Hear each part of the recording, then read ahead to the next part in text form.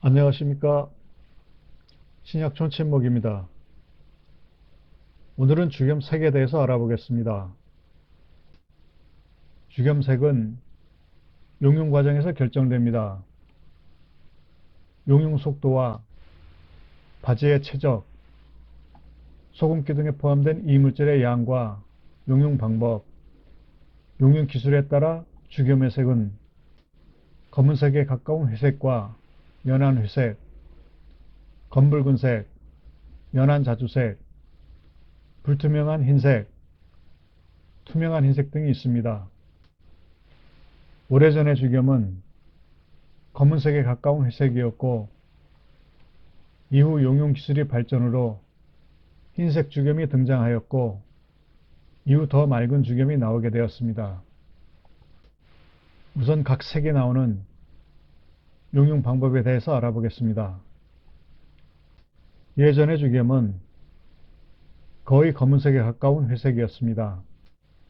용융 기술이 발달하지 않아 용융 속도가 느리고 녹아내리는 방식이 그냥 아궁이로 흘러내려오게 하는 방식이었으며 그 뒤로 넓은 가마솥 같은 최적이 넓은 곳에 받아내면서 녹아내리는 양은 적고 넓은 최적으로 내려오는 즉시 식어버리고 그 위에 계속 내려오면서 식으며 쌓이는 현상으로 검은 회색을 띠게 되는 것입니다.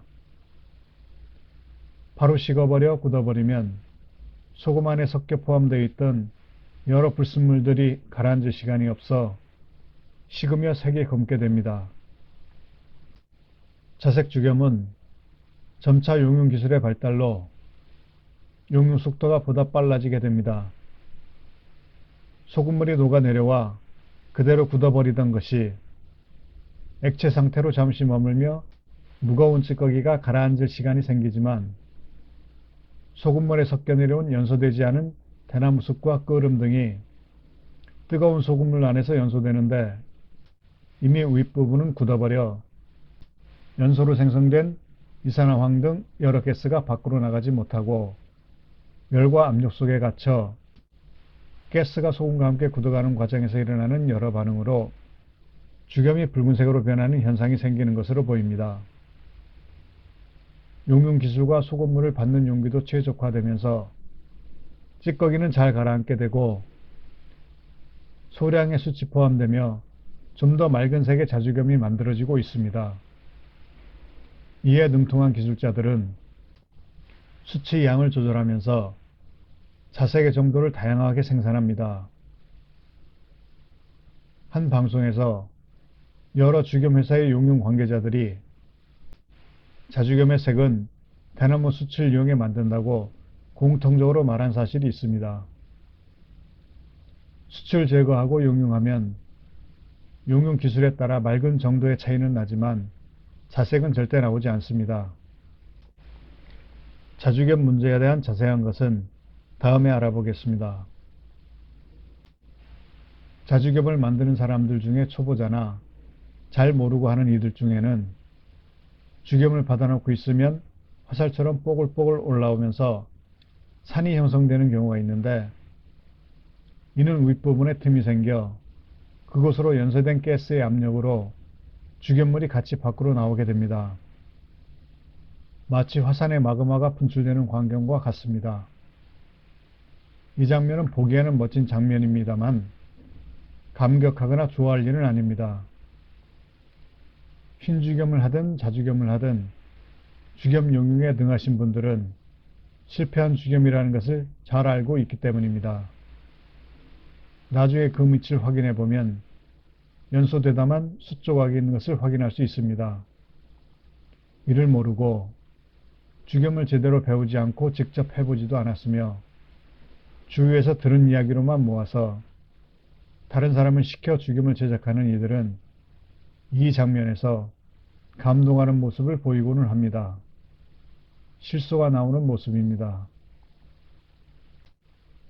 맑은 주겸 만드는 방법은 과정은 같고 용융하는 방법이 약간 다릅니다. 자주겸과는 다르게 숯을 다 태우고 소금 기둥을 깨끗이 분리하여 용융하면 됩니다. 더 특별한 비법 같은 것은 없습니다. 좋은 용융 기술과 높은 온도에 따라 좀 더 맑은 죽염 결과물을 얻을 수 있습니다. 자주겸을 만드는 이들 중 자주겸은 용융 온도가 아주 높아야만 나온다고 하는 이들이 있습니다. 9번을 반드시 구워야만 자주겸이 된다고도 합니다. 이 말들은 사실이 아닙니다.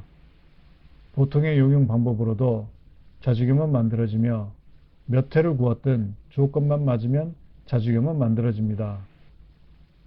자주겸뿐만 아니라 흰주겸도 횟수에 상관없이 조건만 맞추면 맑은 주겸도 만들어집니다. 만드는 이가 거짓으로 만들면 일반인은 이를 구별할 수 없습니다.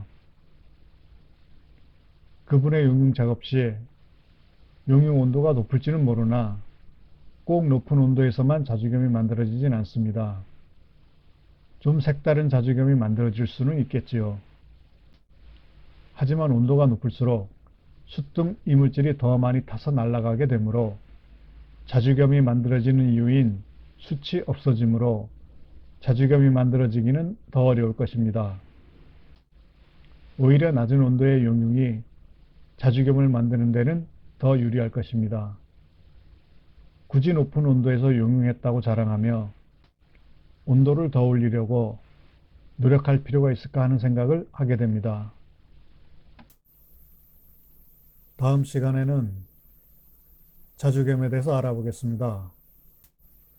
감사합니다.